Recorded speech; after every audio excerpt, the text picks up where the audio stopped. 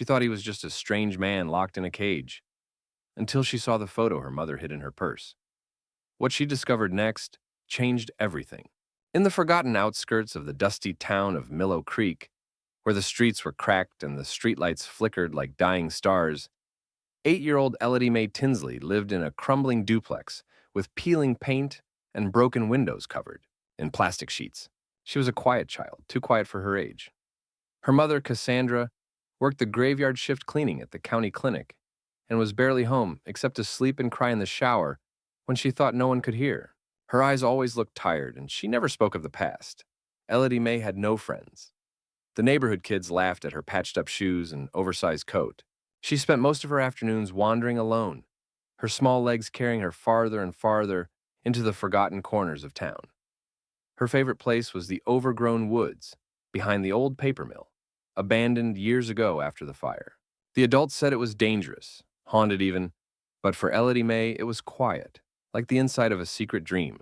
That afternoon, after another miserable day at school filled with whispers and pointed fingers, she slipped through a break in the chain-link fence and vanished into the thicket of trees.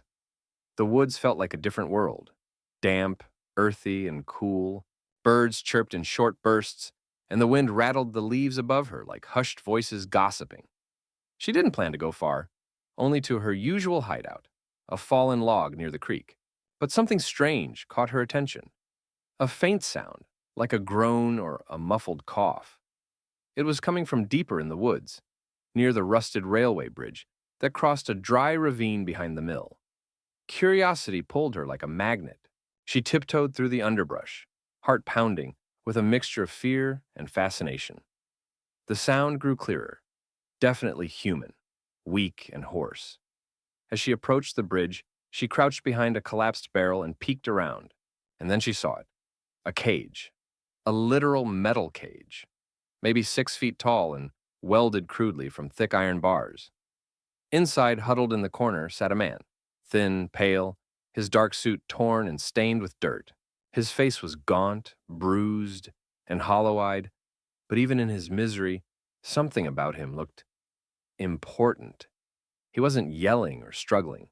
He just sat there, looking out through the bars with haunted eyes. When his gaze suddenly met hers, Elodie Mae gasped. She didn't know why, but something in his eyes gripped her.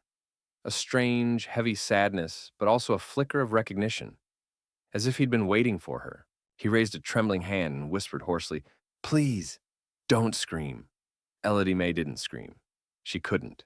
She stood frozen in the brush, her heart thudding louder than the wind, staring at the stranger in the cage as the sun began to set behind the trees, casting long shadows over a secret neither of them could yet understand. Elodie Mae stood paralyzed for a long moment, the sounds of the forest fading into a low, muffled hum as her eyes locked with the man's. Her small fingers clutched the edge of the thorny brush for balance, and she barely breathed. The man in the cage looked like a ghost from another world, disheveled, bruised, filthy, and yet his eyes were vivid, gray, sharp, intelligent. They were not the eyes of a madman or a vagrant. They were the eyes of someone who had seen too much. "I'm not going to hurt you," the man said quietly, his voice cracked and dry like autumn leaves. "My name is Tybalt Greaves." His voice shook slightly as he spoke, not from fear but from fatigue. Like each word cost him effort. He tried to sit up straighter, gripping one of the bars with a trembling hand, but winced, as if even that motion hurt him. Elodie Mae stayed silent. She didn't run, but she didn't move closer either. Something in her gut warned her that what she was seeing wasn't just strange. It was dangerous. And yet it didn't feel like the danger was coming from him. "I need water," he added softly. "Please. I don't know how long it's been. Days? Maybe more." That snapped something in her. Elodie Mae reached into her backpack and pulled out the small pink thermos her mother always packed with lukewarm apple juice. She hesitated only a second before walking closer, just enough to pass it through a gap between the bars. Tybalt's hands trembled so badly that he spilled half of it down his chin, but he drank like a man starved of life itself. "Thank you," he murmured, eyes closing for a second. "You're the first person I've seen in God knows how long." Elodie Mae finally found her voice. "Why are you in there?" she asked quietly. "Did someone put you here?" Tybalt nodded slowly, his eyes opening again, but now filled with something darker. Shame, perhaps. Yes, I was taken. Locked away. Forgotten.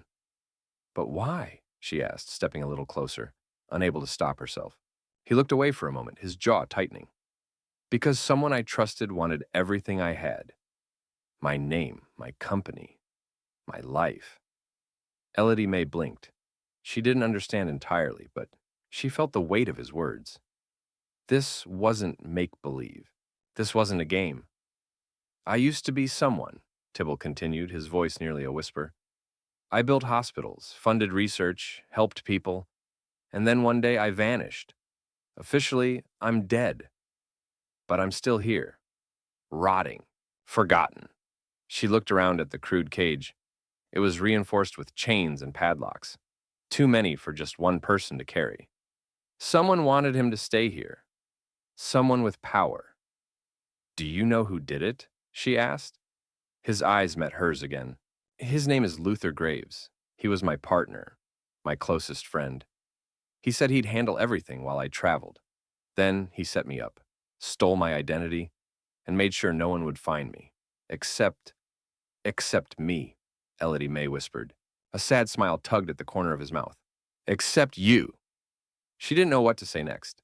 The sun was dipping below the horizon, and the woods were growing colder. She looked at him one last time before turning back toward the trees. I'll come back, she said. Tomorrow, I promise. As she disappeared into the brush, Tybalt whispered something she didn't hear, his voice carried by the wind, too faint to make out. But the way he looked after her, like someone seeing a lighthouse in the middle of a storm, etched itself into her memory. She had no idea yet that this moment would change everything. Elodie May barely slept that night. She lay on her creaky mattress, wrapped in a thin blanket, staring at the cracked ceiling above her. The apartment was dark and cold, the only sounds the soft ticking of the old kitchen clock and her mother's occasional cough from the other room. But Elodie May's mind was racing, her thoughts spinning in frantic circles. The man in the cage, his name, his face, Tybalt Greaves. It wasn't just what he said, it was the way he looked at her, as if he knew her, as if he recognized something in her. And then there was that strange feeling she had when she looked into his eyes, a weight deep in her chest, like a forgotten memory trying to rise. She waited until the apartment was silent, then tiptoed out of bed. The floor creaked beneath her bare feet, but she moved like a shadow, glancing toward her mother's room. The door was ajar, and a dim light glowed from inside. Cassandra had fallen asleep with the lamp on again, still in her scrubs, her head leaning against the wall. Her eyes were puffy, cheeks stained with dried tears. Elodie May padded silently to the coffee table in the living room. She knew exactly what she was looking for. There was an old purse her mother never used anymore. It stayed in the same drawer under the couch for as long as she could remember. Cassandra never spoke of it.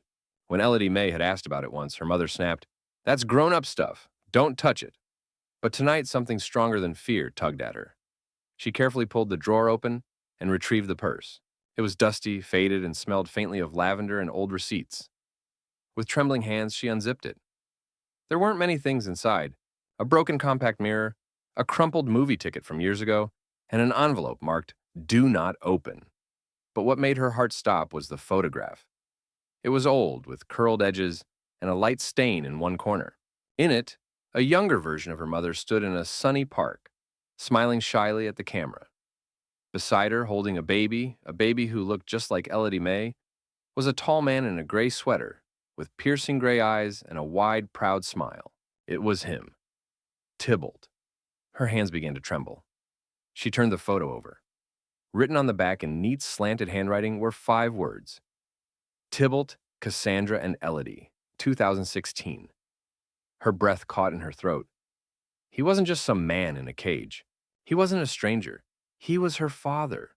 She stared at the photo for a long time, heart pounding, before carefully sliding it back into the purse and returning it to its place. Her hands were still shaking as she climbed back into bed, pulling the blanket up to her chin. So her mother had lied. Her father hadn't died. He had been stolen, erased. And her mother had kept that truth buried like a grave. Elodie May stared out the window toward the forest beyond the buildings, where the trees swayed silently under the moonlight. She didn't understand everything, but she understood enough to know this. She had to go back. She had to help him, no matter what.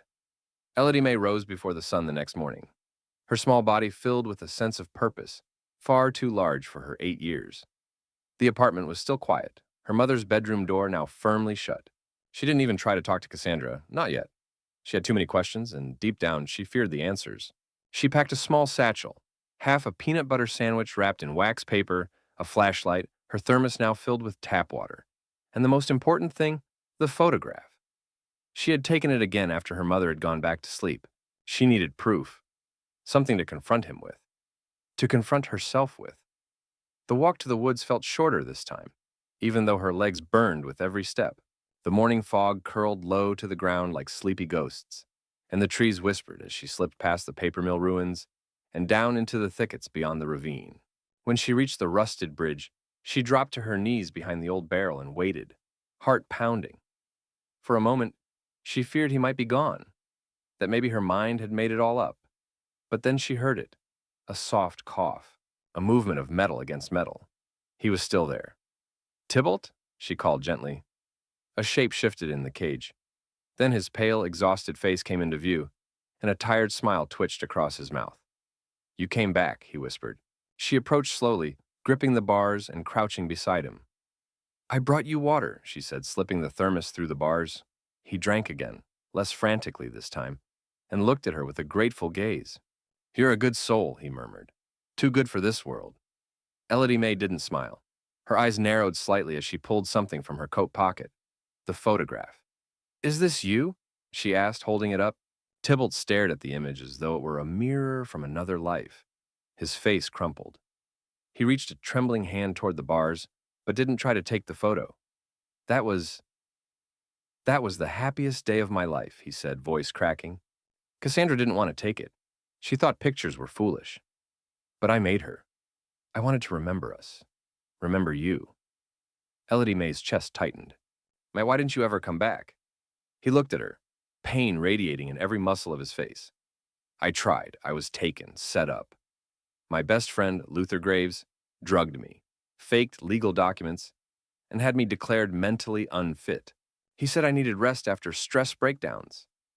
But I never broke. He broke me after." He leaned back against the cage wall. "They sedated me for weeks. When I woke up, I was here, in this hell." Elodie Mae couldn't speak. Her fingers curled into fists. "You were a baby," Tybalt went on. "I remember you screaming in my arms the first time I held you. And then you fell asleep on my chest like you were home. That feeling, I never forgot it." Tears welled in Elodie Mae's eyes, not from sadness alone, but from rage. How could someone do this, she thought, to a father, to a mother, to a little girl who had grown up thinking he was dead? "Why didn't my mom tell me?" she asked through clenched teeth. "She was scared," he said gently. "Luther had people watching her, threats. She called the police once, and 2 days later, someone set fire to her car. She did what she thought would protect you, keep you far from all of it. And she just let them keep you in a cage." Elodie Mae's voice rose. "No," he said quickly. "She didn't know I was still alive. Not really. She believed I was taken, yes, but Luther staged an accident. Said my car went over a cliff. They found a burned body, faked DNA tests. She had to believe it." Elodie Mae was silent. Her heart pounded so loud she could barely hear him anymore. "Then why would someone do all that?" she asked finally. Tybalt sighed. "Power, money. I built a biotech empire. Grants, hospitals, pharmaceutical breakthroughs. Luther was supposed to be my partner, but he wanted it all. And with me gone, he got it." She sat on the cold ground beside the cage, shivering. "Why didn't anyone look for you?" she whispered. "Because no one suspected. No one cared. The rich are supposed to vanish dramatically, right? Private planes crash, millionaires overdose. No one questioned it. I became a ghost." He leaned closer. "But then you came." Elodie Mae wiped her nose with her sleeve. "I'm just a kid." "No," he said firmly. "You're my daughter, and you're brave and smart, and you found me when the whole world looked away." She didn't answer, but she didn't deny it either. They sat together in silence, separated by rusted iron, surrounded by damp leaves and distant birdsong. Something in her had changed, and there would be no going back. When Elodie Mae returned home that afternoon, her coat stained with forest dirt and her shoes caked in dried mud, the air inside the apartment felt heavier than usual. The lights were off, though the sun was still up, and the entire place smelled faintly of bleach and old coffee. Her mother was sitting at the tiny kitchen table, staring into a chipped mug as if it held the answers to a life full of silence. Cassandra didn't look up when Elodie Mae walked in. She just said flatly, "Where were you?" Elodie Mae hesitated. Her hand instinctively went to the pocket where the photograph still rested, pressed against her chest like a secret heartbeat. She knew this was it, the moment when silence would no longer be enough. "I went to the woods," she said softly. Cassandra's fingers stiffened around the mug. "What woods?" "The ones behind the old mill." Now her mother looked up. Her expression was hard to read, part shock, part fear, part something older. "You're not supposed to go back there. I told you that." "I know," Elodie Mae said, stepping closer, "but I found something. Someone." Cassandra froze. Elodie Mae reached into her pocket and gently laid the photograph on the table. Cassandra stared at it for several seconds, her mouth slightly open, her hands trembling now. She didn't touch it, didn't blink. "He said his name is Tybalt," Elodie Mae whispered. "He's in a cage, Mom. He's alive." Cassandra shut her eyes. "No, he's not," she said quickly, too quickly.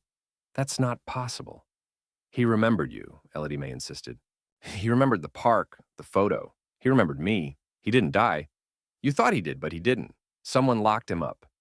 Cassandra stood so suddenly the mug clattered to the floor and shattered. She gripped the edge of the table, her breath short, her eyes wide. "Stop. You don't know what you're talking about." "But I do," Elodie Mae said, her voice shaking now too. "You lied to me. You said he was gone. But you knew. You knew something." Her mother collapsed back into the chair, covering her mouth with both hands. Tears began streaming down her cheeks, silent and unstoppable. "I thought he was dead," Cassandra said through broken sobs. "They told me he died. There was a body, a funeral, a closed casket. I didn't want to believe it, but I had no choice. Luther had papers, death certificates. I saw the fire report, the news. What was I supposed to do?" Elodie Mae's voice was barely a whisper. "Why didn't you fight harder?" Cassandra looked up at her, eyes hollow. "I was pregnant.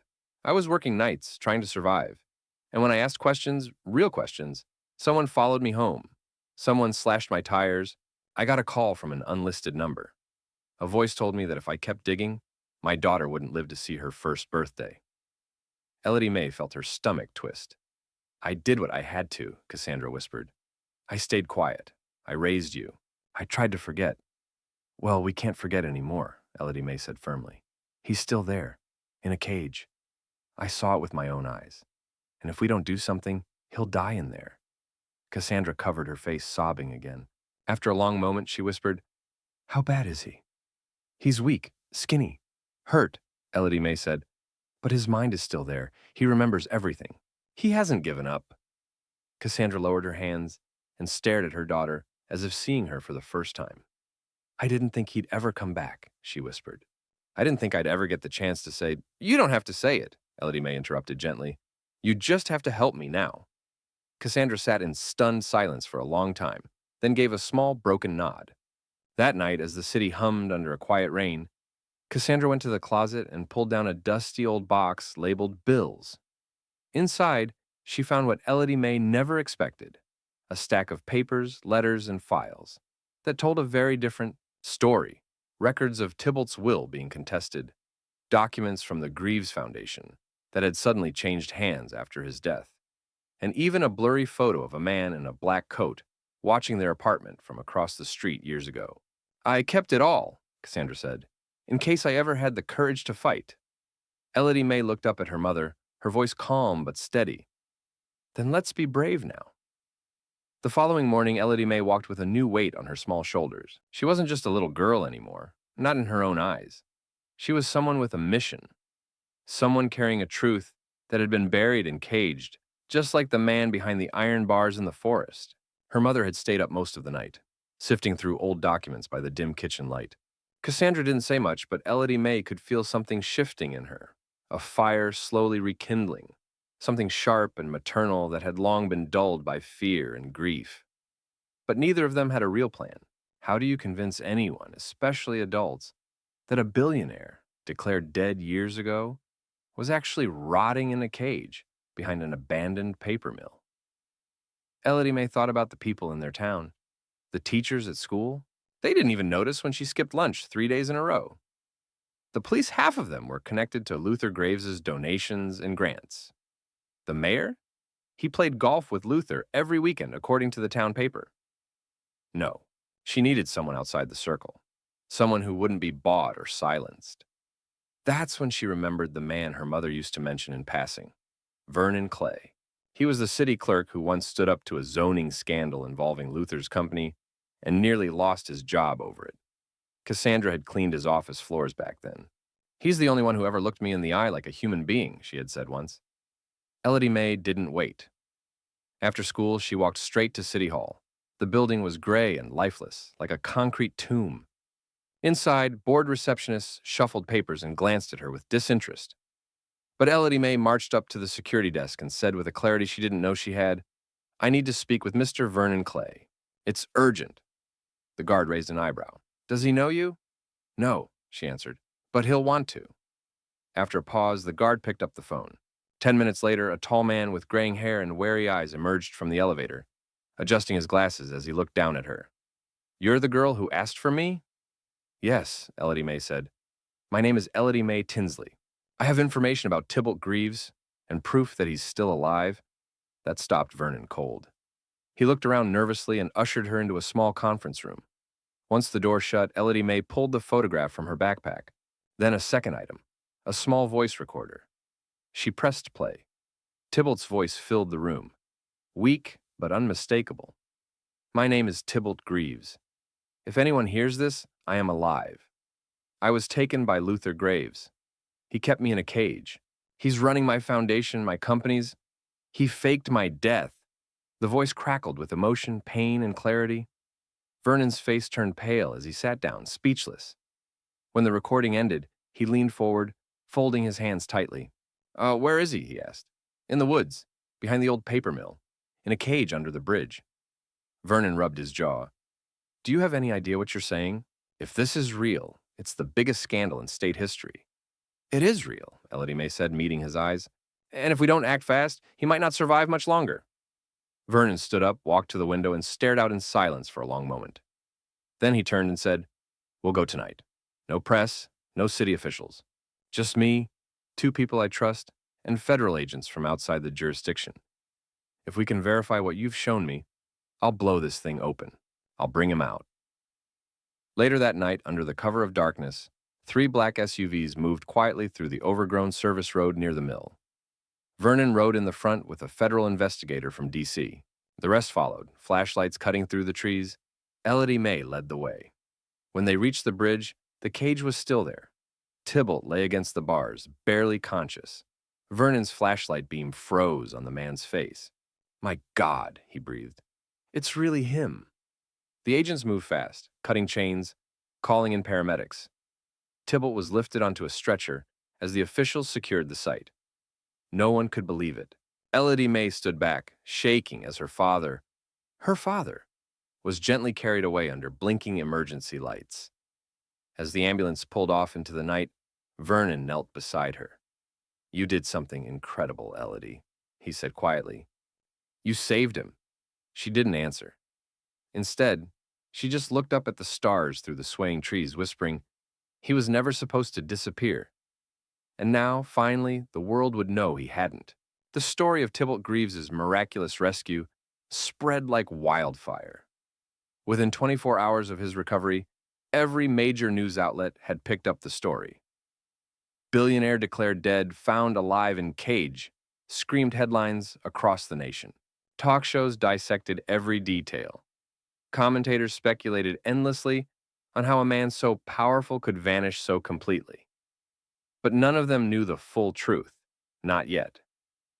In the private wing of St. Celestine Hospital, Tybalt lay in a sterile white room, hooked to IVs, his body slowly recovering from years of deprivation. He had lost nearly 70 pounds. His muscles had atrophied. But his mind, his spirit, remained intact. The doctors were amazed by his resilience, but they didn't know what truly kept him alive. What had anchored him through endless nights of silence and isolation was a single thought: his daughter. A daughter he never got to watch grow up. A daughter who now sat beside his hospital bed, holding his hand in both of hers. Elodie Mae refused to leave his side. Cassandra had visited briefly the night before, standing frozen in the doorway, too overwhelmed to speak. She had cried, apologized, and held his face in her hands like it was something sacred. Tybalt hadn't blamed her. He had only asked one question: "Did you keep her safe?" And when Cassandra nodded through tears, he smiled with a kind of peace he hadn't known in years. But today, it was just Elodie Mae and him. The steady beep of the heart monitor was the only sound between them for a long while. "Do you remember anything from the day you were taken?" she asked softly. He turned his head toward her. His gray eyes were sunken but alert. "I remember everything," he said. "I was on my way to meet with the board. Luther called, said there was an emergency, told me to come to a warehouse near the edge of town."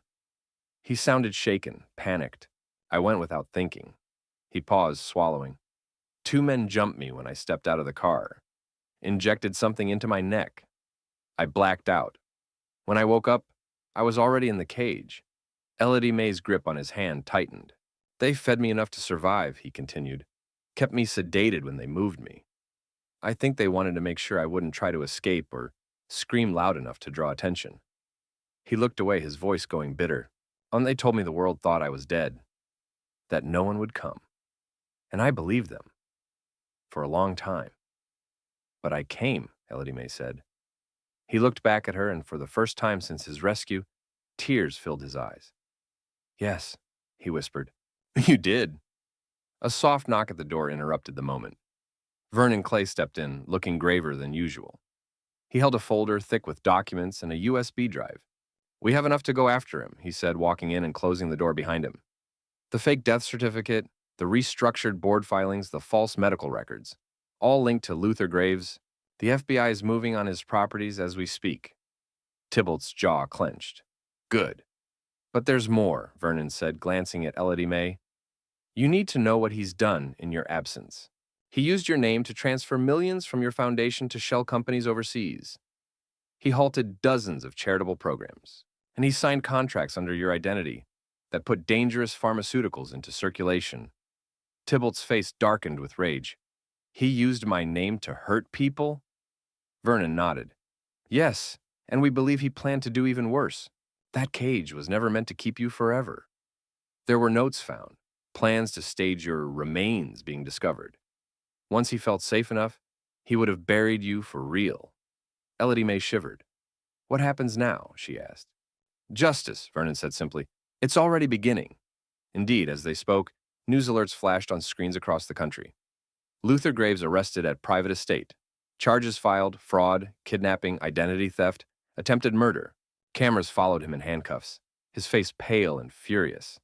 The empire he built on lies was crumbling, brick by brick. Back in the hospital, Tybalt lay back on his pillow, eyes closed for a moment. "I thought I would die forgotten," he said softly, "that I would vanish without ever seeing sunlight again." Elodie Mae leaned forward and placed her hand gently on his chest. "You're home now," she whispered, "and I'm not going to let anyone take you away again." He opened his eyes and smiled, a real quiet smile that made the years of suffering fall away like dust. "No one's going to take me," he said, "because I have you." And for the first time since she was born, Elodie Mae felt what it meant to be truly seen. Not just as a girl, not just as someone forgotten in a forgotten place, but as a daughter, as someone who changed the course of a man's life and brought him back to the world. 3 months had passed since the world rediscovered Tybalt Greaves. The season had turned. Spring gave way to summer, and with it came healing. Not just for a man who had lost everything, but for a family that had been broken for far too long. Tybalt's recovery was slow but steady. Physical therapy sessions, legal meetings, and media inquiries became part of his new routine. But he refused to let them consume him. He had spent too many years imprisoned by steel bars and silence. Now, all he wanted was to reclaim his time, especially with Elodie Mae. They moved into a modest but beautiful home near the edge of town. nestled beside a lake surrounded by trees. It wasn't a mansion, though Tybalt could have bought 10 of them. No, this house was warm, full of light, and always smelled faintly of cinnamon and old wood. Elodie Mae called it the house that feels like a hug. And it did. Each morning began with fresh blueberry pancakes and soft jazz playing on an old radio. Tybalt would help Elodie Mae with her homework, her handwriting slowly improving under his patient guidance. In the afternoons, they would walk together, sometimes to the park, sometimes just to nowhere in particular, talking about everything from clouds to justice. Cassandra was there too, always watching from a quiet distance, still unsure of how to belong again. But Tybalt never forced her. One day, she joined them on the porch with 2 cups of coffee. Then another day, she laughed at one of Elodie Mae's jokes. And just like that, brick by emotional brick, the wall between them began to fall. One morning, as birds chirped above their kitchen windowsill, Vernon Clay stopped by with a briefcase full of news. "It's done," he said, placing the papers on the table. "The foundation is yours again. The board has been purged. Every program Luther canceled is being restarted. Your name has been cleared in every court and archive." Tybalt nodded, his hand resting gently on Elodie Mae's shoulder. "I want her name on the foundation now," he said. "Not just mine. She saved me. She deserves it." Vernon smiled, almost tearfully. "She's already more respected than half the people in that building." Later that day, they all drove to the city courthouse for a closed ceremony. Elodie Mae wore a sky-blue dress and clutched a single sunflower. When the judge signed the official document reinstating Tybalt's legal identity, she leaned over and whispered, "Now you exist again, for real." He smiled and whispered back, "I always did. You just reminded the world." On the way home, they stopped at a small bakery. Tybalt bought cinnamon rolls, and Elodie Mae insisted on getting an extra one for no reason at all. As they sat on a bench under the sun, she watched him chew slowly and then asked, "Do you ever wish it had never happened?" Tybalt thought for a moment. "If it hadn't," he said, "I might have never known who you really are. I might have lived in suits and meetings, blind to what truly matters. You gave me more than freedom, Elodie. You gave me meaning." She leaned her head on his arm, the warm breeze brushing through her curls. In the following weeks, Tybalt created a new program within the foundation, the Lighthouse Initiative, designed to find and rescue missing persons, especially those abandoned by corrupt systems. He named Elodie Mae its honorary co-founder.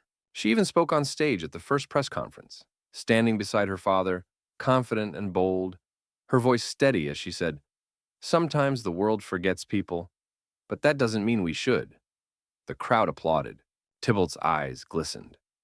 That night, back at home, Elodie Mae crawled into bed with one last question in her heart. "Are you scared it could happen again?" she asked quietly. Tybalt, lying beside her just for a while, shook his head. "No, because now, even if I disappeared again, you'd come find me." She smiled, and he added with a soft chuckle, "But I don't plan on going anywhere, not for a long, long time." And in the warmth of that summer night, with the stars blinking gently above their quiet home, Elodie Mae drifted off to sleep, her father beside her, her family whole, and her heart finally at peace. In my view, the ending of the story is not just a resolution of suffering. It's a testament to the quiet strength of love, memory, and courage. Tybalt's survival wasn't miraculous because he endured a cage. It was miraculous because he never let it kill who he truly was. And Elodie Mae, a child dismissed by the world, became the very force that shattered chains far greater than steel. She did what adults, systems, and even justice itself failed to do. She saw someone who had been made invisible and refused to look away. The story reminds us that rescue doesn't always come from power or wealth.